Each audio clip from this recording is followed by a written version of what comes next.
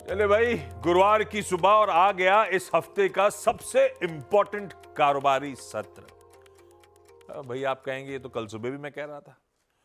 कल सुबह था इवेंट्स के लिहाज से सबसे इंपॉर्टेंट दिन। आज सुबह है एक्शन के लिहाज से शायद सबसे इंपॉर्टेंट। सच्ची बोल रहा था आज, लेकिन वाकई बड़ा इंपॉर्टेंट और बहुत सारी चीजें हैं। मैं दो अपफ्रंट इंपॉर्टेंट चीजें बता देता हूं। पहले तो कल रात आए फेड के फैसले और साथ में फेड चेयर जेरोमी पावेल साहब की स्पीच। इन पर अब हमारे रिएक्ट करने की बारी। और दूसरा, इस बड़े रिएक्शन के दिन होनी है निफ्टी 50 की वीकली कॉन्ट्रैक्ट्स की एक्सपायरी। बाकी जो कुछ इंपॉर्टेंट है जब मैं इवेंट्स कैलेंडर पेश करूंगा तो उनकी डिटेलिंग में चला जाऊंगा। लेकिन ट्रेडर्स, इन्वेस्टर्स शायद पिछले कई हफ्तों से या कुछ महीनों से जिस बड़े इवेंट का इंतजार कर रहे थे, फाइनली वो आउटकम हमारे सामने है। बिना इधर उधर डावाडोल करे उस पर पहले चला जाए। नीरज जी बगल में बैठे हैं, इनसे समझेंगे कल रात हुआ क्या क्या, और उसके बाद वीरू से जानेंगे फिर अब निफ्टी बैंक में कैसे हमको स्ट्रैटेजाइज करना है। भाई साहब, फाइनली 4.5 साल बाद दरों में कटौती और इस क्या कहते हैं रेट कटिंग कैंपेन की शुरुआत एकदम एग्रेसिव सी कर डाली है। 50 बेसिस पॉइंट क्या हुआ, क्या बोले, पहले उस पर आते हैं, फिर मार्केट्स कैसे रिएक्ट करें उस पर चलेंगे। ओके, तो फेड चेयर ने 0.5% कट किया और इंटरेस्टिंग बात ये थी कि ज़्यादातर के फेड मेंबर इसके पक्ष में थे। 12 में से 11। बहुत एक आध लोग थे जो कि थोड़ा सा उनका लग रहा था, लेकिन मेजॉरिटी से, फुल मेजॉरिटी से एक तरीके से कहें तो 50 बेसिस पॉइंट कट के पक्ष में हुआ और वो फैसला लिया गया। इसके आगे भी, यानी इस साल अभी 2024 कैलेंडर ईयर में ही 2 और 25 बेसिस पॉइंट कट के साफ संकेत फेड ने दिए हैं। तो यानी 1% की जो बात चल रही थी वो इस साल होगी। 2025 कैलेंडर ईयर में भी 1% कटौती और हो सकती है। अब वो 25-25 करके होगी या किस तरह से होगी वो अलग है, तो वहाँ होगा। और इवन 26 में भी आ जाएंगे तो वहाँ पे भी 0.5%। तो जो 5.25% चल रहा था वो 3.5% तक लाने की जो तैयारी है वो साफ दिख रही है इसमें। वहाँ पे जाके, क्योंकि एक बार जब वो रेट कट कैंपेन या शुरू होता है वो, तो वो एक ट्रेंड में जाके वहीं पे ख़त्म होता है। तो ऐसे साफ संकेत दिए हैं। फेड चेयर ने 2 बातें कही जो मुझे सबसे अच्छी लगी उनकी स्पीच की। एक तो उन्होंने कहा कि ये 50 बेसिस पॉइंट कट को कोई ऐसा सिग्नल मत मानिए कि इकॉनमी रिसेशन में जा रही है, बहुत ख़राब स्थिति है, इसलिए हमने 50 बेसिस पॉइंट कट किया है। तो फिर क्यों किया? हमने इसलिए किया क्योंकि हमको जॉब मार्केट को स्टेबल रखना है। जॉब मार्केट खराब नहीं हुआ है, स्टेबल रखना है, क्योंकि उसमें स्लो डाउन तो है। वो इकोनॉमी बहुत बढ़िया चल रही है, ये रेट कट उसकी तस्वीर जस की तस बनाए रखने में मदद करे। एग्जैक्टली। तो अभी जिस लेवल पे इकॉनमी है वो बहुत स्ट्रांग दिख रही है। जॉब मार्केट को उसी लेवल पे स्टेबल करना है हमें, और इन्फ्लेशन साफ दिख रहा है कि 2% की तरफ जा रहा है। तो उन्होंने जो तस्वीर पेश की है वो एक स्ट्रांग इकॉनमी, एक बैलेंस इकॉनमी पेश की, इसलिए उन्होंने 50 बेसिस पॉइंट कट किए हैं। और उन्होंने कहा कि आप मेरी बात को उस सॉलिड ग्रोथ रेट से जोड़ के देख लीजिए जो अभी लेटेस्ट नंबर आया जीडीपी का। तो बेसिकली वो अपने इस मूव को लॉजिकल ठहराने के लिए, इसको जस्टिफाई करने के लिए उन्होंने ये बात कही। फिर जब आप डॉट प्लॉट पिवट डालोगे तो आगे और 1.5% की कटौती की संभावना दिख रही है। तो 50 बेसिस पॉइंट उन्होंने जस्टिफाई कर लिया है कि बाजार में कंफ्यूजन है? नहीं, अब बाजार ने इसको वैसे क्यों नहीं लिया? अगर S&P का चार्ट बनाओ दिखाइए, क्योंकि मार्केट एक समय S&P 1% के लगभग ऊपर था, लेकिन प्रेस कॉन्फ्रेंस के बाद धीरे धीरे काफ़ी वोलेटाइल हुआ। उसमें हरी और लाल की बड़ी बड़ी कैंडल्स एक साथ बनी है और मार्केट ने जाके फाइनली लगभग 0.5% के आसपास, मैं ख्याल 0.25% नीचे जाके उसने बंद दिया है। तो ये जो ये देखिए लास्ट में जो ना बहुत ज़्यादा जिगजैग जो हुआ है खरीदारी में, ये आउटकम आया, उछाल था। इस बार डाउ भी रखिएगा स्क्रीन पे, क्योंकि उसका तो आंकड़ा मैं लेकर आया था। डाउ एक समय 450 पॉइंट उछल गया था। एग्जैक्टली। और फिर ठंडा पड़ के फाइनली 100 पॉइंट नीचे बंद हुआ। यस, ये वो जैसे पीसी शुरू हुई ना उसके बाद से मुनाफा वसूली होगी, क्योंकि आज सुबह के फ्यूचर्स वापस तेजी दिखाने की कोशिश। मैंने अपनी कमेंट्री में ये लिखा कि क्यों सेलिब्रेट नहीं किया मार्केट ने, तो ये एनीबॉडीज गेस है कि सेल ऑन न्यूज़ है, कॉन्फिडेंस कमी है, या आगे कुछ और फोर्सेबल फ्यूचर नहीं दिख रहा कि आगे क्या होने वाला है। ये कोई भी आदमी कुछ भी गेस कर सकता है, लेकिन मार्केट ने उसको उतना पॉजिटिव उस समय तो नहीं लिया। हो सकता अब धीरे ये चार्ट की बात में कर देखिए कितना ज़्यादा वोलेटिलिटी है, सेम लेवल की वोलेटिलिटी, बेच भी रहे थे खरीद रहे थे, बेच भी खरीद रहे थे। तो हायर लेवल पे जाके लोगों ने बेचा और फाइनली दबाव के साथ, 0.3% हल्के दबाव के साथ बंद। हाँ, तो नीचे जाके बंद हुआ। तो अगर आप हाई से जोड़ो तो काफ़ी नीचे है। हाँ। अब सवाल ये है कि क्या फ्यूचर्स मार्केट इस समय जो शो कर रहे हैं यूएस के, वो तो बहुत अच्छे दिखाई दे रहे हैं। वो इस समय है 1/4 से 3/4% मजबूत सुबह। एग्जैक्टली। और दो और इंटरेस्टिंग चीज़ हैं, डॉलर इंडेक्स ऊपर गया है, डॉलर इंडेक्स ऊपर गया है, डॉलर बॉन्ड यील्ड ऊपर गई है, और येन, डॉलर येन देखो आप, और येन 144 की तरफ बढ़ गया है। एग्जैक्टली। तो ये कहानी उसके साथ फिट नहीं हो रही है। मैंने ये कहा था ये कल, कहानी मतलब 50 बेसिस पॉइंट्स का कट डॉलर येन की पैरिटी के साथ फिट नहीं बैठ रहा। नहीं बैठ रहा, क्योंकि अगर 50 बेसिस पॉइंट कट हो रहा है वहां पे, तो डॉलर येन मजबूत होना चाहिए था। वेन और वीक डॉलर हो रहा है। स्ट्रेंथन कर गया है। एग्जैक्टली। डॉलर इंडेक्स देखिए ना, आप 1 गया। तो ये कहानी कहीं ना कहीं एक डॉट मिस है। अब देखते हैं आगे समय में पता लगेगा हमें, लेकिन मैं तो फेड की चेयरमैन की बात मान के चलूंगा कि इकोनॉमी ठीक है, 50 बेसिस कट कर दिया है, अब आप इसको सेलिब्रेट करिए। थोड़ा बहुत मेंटली प्रिपेयर कर दिया था वॉल स्ट्रीट जर्नल ने आप सबको, एग्जैक्टली। है ना? कल हम लोग चर्चा कर रहे थे जब वो 50 बेसिस पॉइंट्स का आर्गुमेंट सामने रख दिया था, और इसीलिए जब ये कल सुबह बता रहे थे कि 65% पोल पार्टिसिपेंट्स मूव कर गए 50 बेसिस पॉइंट्स कट्स के लिए, तो मेंटली प्रिपेयर्ड थी स्ट्रीट इस 50 बेसिस पॉइंट्स का मैसिव कट जो आने की तैयारी हो रही थी। अच्छा, ये बात सही है, डॉलर येन की पैरिटी थोड़ी सी कंफ्यूजिंग है, लेकिन फेड चेयर की कमेंट्री बार बार रिएटरेट कर रही थी, कोई इंडिकेशन रिसेशन का या इवन इकोनॉमिक डाउनटर्न का नहीं है। तो भाई साहब, इंटरेस्टिंग सा कल वो आउटकम हमारे सामने आता हुआ, 50 बेसिस पॉइंट्स का बड़ा कट, और इक्विटीज लार्जली घूम फिर के वहीं खड़ी हुई हैं। अब और अब की मैं पहली प्लेट दिखाता हूं।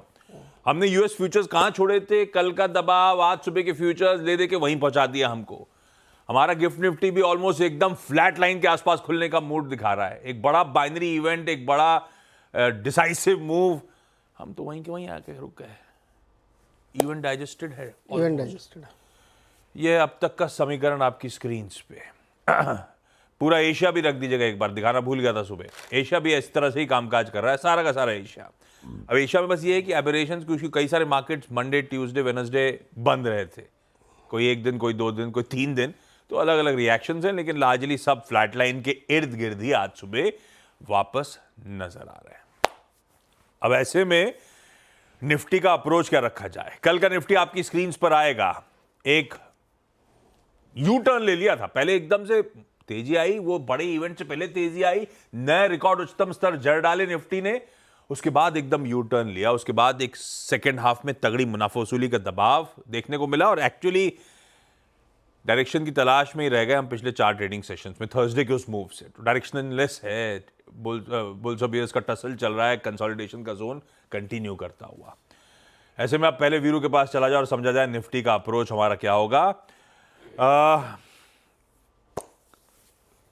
कल अच्छा, बैंक निफ्टी को स्क्रीन पर रखिएगा, बैंक निफ्टी की चर्चा भी हुई थी कल। बैंक निफ्टी अभी भी वैसे कल का चार्ट दिखाएगा, कल जब आईटी पिट रहा था, बैंक्स और फाइनेंशियल्स ने गजब का आउट परफॉर्मेंस डिलीवर करा है। वो बाइंग इंटरेस्ट उस पॉकेट में कंटिन्यू कर रहा है।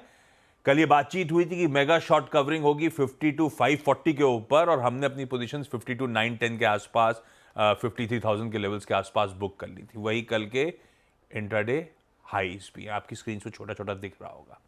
वीरो, good morning. Go to pocket banks ने बढ़िया आउट परफॉर्म करके दिया भी, ट्रेड बढ़िया बैठा भी। खैर वो हिस्ट्री। अब आप नया दिन, नए क्यूज, नया अप्रोच, क्या करा जाए, क्या लेवल्स वॉच आउट करे जाए, पता नहीं एक्चुअली इंडियन इक्विटीज कैसे बिहेव करेंगी। फेड का massive rate cut, valuation positive है, फ्लोज के लिहाज से पॉजिटिव है, पर हाँ एक डर तो रहेगा, इकोनॉमी को लेकर खतरा तो नहीं यूएस की। खैर वीरो, डेटा पॉइंट्स का सजेस्ट करते हैं हम, लेवल्स क्या वॉच आउट करेंगे, अप्रोच क्या रखेंगे? अभी भी वो टेक्सचर बाय ऑन डिप्स का ऐसा पकड़ूं क्या? गुड मॉर्निंग आशीष। देखिए, टेक्सचर तो वही है, हाँ, बस देखना ये है कि कल का जो वो एसेंचर का शॉक था, निफ्टी आईटी उस पर आज कैसे रिएक्शन देता है। बेटर स्ट्रांगली प्लेस्ड इंडेक्स जो अभी भी है वो है निफ्टी बैंक। निफ्टी आईटी को हमें जज करना पड़ेगा पोस्ट ओपनिंग, और निफ्टी के लिए अभी भी हमारे पास एक रेस्ट्रिक्टेड जोन है जिसमें हमें ट्रेड करना पड़ेगा। मेरे ख्याल से आशीष, ये यूएस फ्यूचर्स जो है वो अहम भूमिका निभाएंगे।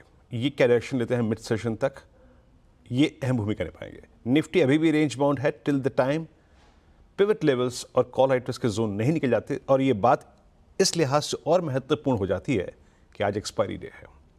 आपको एक रिएक्शन देना है एक बड़े ग्लोबल इवेंट पे, इसमें कोई राय नहीं कि आई थिंक हम पिछले 2 महीने से जो चीज़ विटनेस कर रहे हैं, स्ट्रॉन्ग एफआईएस पार्टिसिपेशन, वो इस घटना के बाद शायद और स्ट्रॉन्ग हो। मैं इसी धुन पे चलता हूँ आगे। पहले इंस्टीट्यूशनल पार्टिसिपेशंस को देखते हैं। आई मीन वहाँ की एक्टिविटी क्या रही। 2364 करोड़ रुपए की एफआईएस की बाइंग, 152 करोड़ रुपए के डीआईएस का बाय। एफआईएस ने आशीष कल भी और इस इवेंट से पहले भी अपने लॉन्ग्स को इनिशिएट किया। करीब 1425 करोड़ रुपए की बाइंग, 20,000 कॉन्ट्रैक्ट लॉन्ग, और उनके जो नेट लॉन्ग कॉन्ट्रैक्ट थे वो कल पहुंच गए ऑलमोस्ट 2,37,000। अब ये अगस्त एक्सपायरी के आसपास का जो लास्ट वीक था, ये ऑलमोस्ट जो नेट लॉन्ग है वो उसी के पैरेलली अलाइंड हो गए हैं। दैट मीन्स जुलाई के बाद हाईएस्ट नेट लॉन्ग लेके एफआईएस बैठे हैं। स्टॉक फ्यूचर्स में उनकी तरफ से कल करीब 2162 करोड़ रुपए की बाइंग हुई, 18,000 कॉन्ट्रैक्ट शॉर्ट काटे। दैट मीन्स कल उन्होंने बैंक निफ्टी में और निफ्टी बैंकिंग स्टॉक फ्यूचर्स में काफ़ी शॉर्ट कवर किया और 9,162 कॉन्ट्रैक्ट शॉर्ट थे। देखिए ये एक्सपायरी डे है, और कल भी जो हम निफ्टी की बात कर रहे थे कि जब तक ये 25,500 480 का क्लस्टर नहीं निकलेगा, you will remain range bound, और निफ्टी आईटी ने अहम भूमिका निभाई उसमें। आज के सेशन को मैं कैसे अप्रोच करूंगा? अभी भी आशीष वो 400 और 500 के 2 कॉल रेटर्स अप्रोक्सीमेटली 1 करोड़ 10 लाख का आउटस्टैंडिंग वाले लेके बैठे हैं, और नीचे 25,300 के पुट और 200 के पुट लगभग 80 लाख का आउटस्टैंडिंग वाले होल्ड करती है। टेक्सचर अभी भी बाय ऑन डिप्स का है with in that defined range. Base लेके आइएगा स्क्रीन पे। निफ्टी का बेस परसिस्ट करता है करीब 25,353 और 293 के जोन में। ये कॉल राइटर्स किस तरीके से एक्सपायरी के लिए खड़े हैं आप देख रहे हैं। बेस है 353 293 as per the put option stats, और उनके कन्विक्शन को देखते हुए ये आपका बाय जोन रहेगा। अगर ये क्रैक होता है किसी भी सर्कमस्टेंसेस में पोस्ट इवेंट प्रॉफिट बुकिंग, तो सेकंड बेस आ सकता है, बट मैं उसमें भी बायर रहूंगा। बट मेरे को लगता है कि फर्स्ट बेस नहीं टूटेगा। जो ट्रेड्स हम इस क्लस्टर में लेंगे वो RS1 के आसपास 481 और 523 RS1 पे compulsory exit, closer to this trajectory exit. Mega short swing जो कल निफ्टी आईटी पे सवार हुए हैं, आईटी स्टॉक फ्यूचर्स पे सवार हुए हैं, और फ्रेश बैंक ट्रिगर होगी पोस्ट 523। इन दैट केस 581, 616 और 649 की ट्रेजेक्टरी खुली हुई है आशीष। ये अप्रोच है मेरी निफ्टी पर। निफ्टी बैंक ऑलरेडी कल एक एक्सपायरी डे का रिएक्शन दे चुका है। अपने ऑप्शन क्लस्टर से 3 कॉल राइटर्स को ट्रैप किया इसने कल, 52,400, 52,500, 52,800। फाइनली तीसरा चौथा कॉल राइटर का भी ट्रैप नहीं होता है। 53,000 पे आके प्रॉफिट बुकिंग आई, क्योंकि हमने कहा भी था कि यहाँ पे बुकिंग करना चाहिए प्रॉफिट को। कॉल राइटर्स 53,000 पे परसिस्ट करते हैं, 53,200 पे, 53,500 पे, और पुट राइटिंग है 52,700 पे, 52,500 पे। एज पर दीज स्टैट्स अभी भी बैंक निफ्टी पे बेस 1 52,641, 52,480। ये आपका एक डिप्स को बाय करने का जोन होगा, और जो भी ट्रेड्स हम इस क्लस्टर में पिक करेंगे आशीष, उनको चेक करना है पहली ट्रेजेक्टरी पे, एंड दैट्स 53,020 एंड 231। ये 200 पॉइंट क्रिटिकल है। अगर ये बाइसेक्ट करने में सक्षम रहता है निफ्टी बैंक, तो स्विंग टुवर्ड्स 409 538 लुक्स पॉसिबल। आशीष, बहुत बढ़िया। ये है निफ्टी बैंक का आज के अहम दिन का हमारा अप्रोच। रेडार पे रखेंगे इन लेवल्स को। अब हर्षदा के पास चला जाए और आज के सारे इंपॉर्टेंट स्टॉक्स से न्यूज जान ली जाए। Harshada, good morning. रेडार पे क्या क्या? गुड मॉर्निंग आशीष। आज कई सारी डेवलपमेंट्स और लार्जली वो पावर कंपनियों से जुड़ी हुई हैं। सबसे पहले एनटीपीसी रेडार पर रखेंगे, क्योंकि वो लॉन्ग अवेटेड एनटीपीसी ग्रीन का जो आईपीओ आने वाला है वो उसके रास्ते साफ होते हुए दिखाई दे रहे हैं। दरअसल एनटीपीसी ग्रीन एनर्जी ने अपना ड्राफ्ट पेपर आईपीओ के लिए फाइल कर दिया है। लगभग 10,000 करोड़ का ये इशू होने वाला है, जहां पर सिर्फ नए शेयर्स इशू किए जाएंगे। यहाँ पर एग्जिस्टिंग शेयर होल्डर्स OFS नहीं लेकर आ रहे, कोई ऑफर फॉर सेल नहीं है, यानी कि उनकी तरफ से स्टेक सेल नहीं है। कंपनी ने बेसिकली कहा है कि जो भी इन्वेस्टमेंट रिक्वायरमेंट्स है इस पर्टिकुलर एंटिटी की, उसको मीट करने के लिए ये फंड रेज हो रहा है। 10,000 करोड़ तक का फंड जुटाया जाएगा। दूसरी तरफ इरेडा रेडार पर रखेंगे। इरेडा भी एक काउंटर है जो एक आउट परफॉर्मर रहा है लिस्टिंग के बाद से ही, और ईयर टू डेट 120% तक के रिटर्न्स दे चुका है।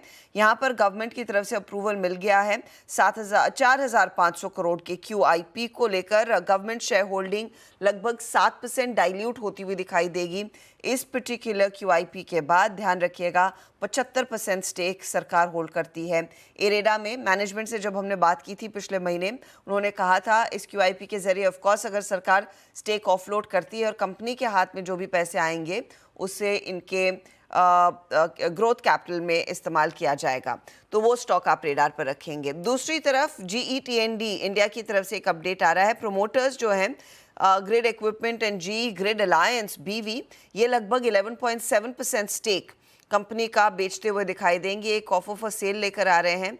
1400 रुपये प्रति शेयर फ्लो प्राइस तय की गई है। यहाँ पर एक ग्रीन शू ऑप्शन है कि 3.9% एडिशनल स्टेक वो बेच सकते हैं।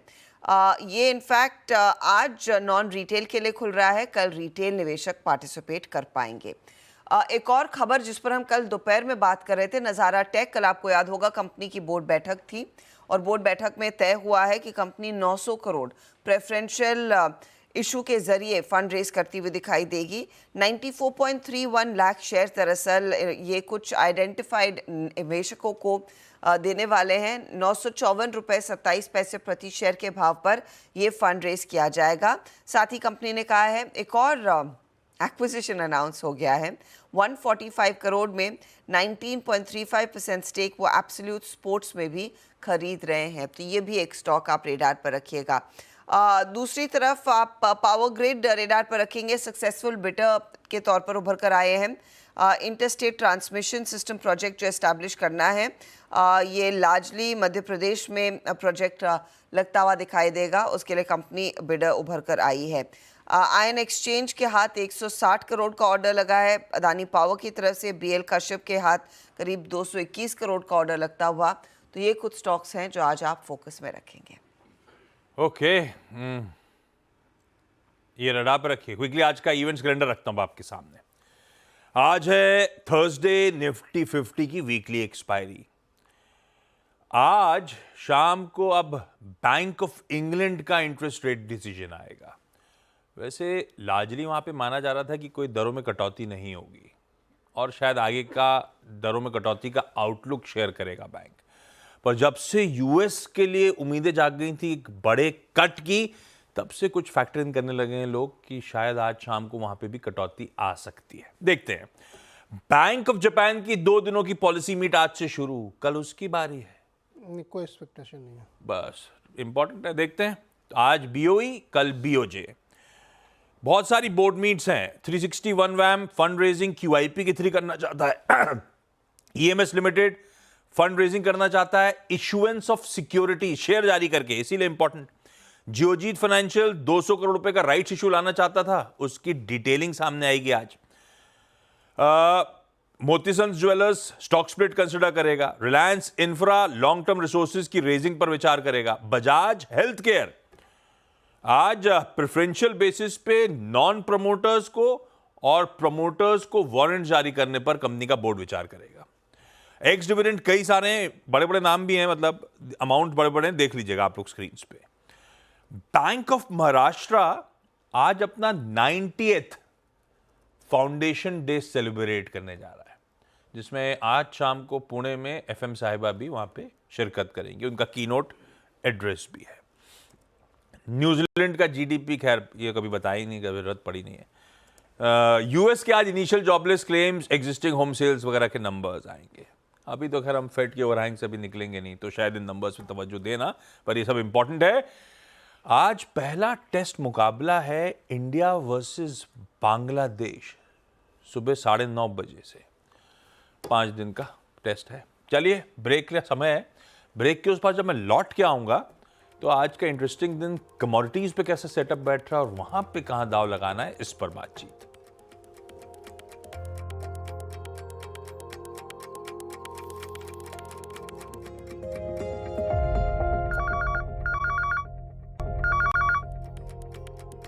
ओके, ब्रेक के बाद आपका स्वागत है। अब थोड़ा सा मूड दिखा देता हूं बाकी जगह। तब और अब की second plate. Bond yields slightly inched up. Dollar index हाँ बढ़ा हुआ सा दिखेगा आपको 40 बेसिस पॉइंट।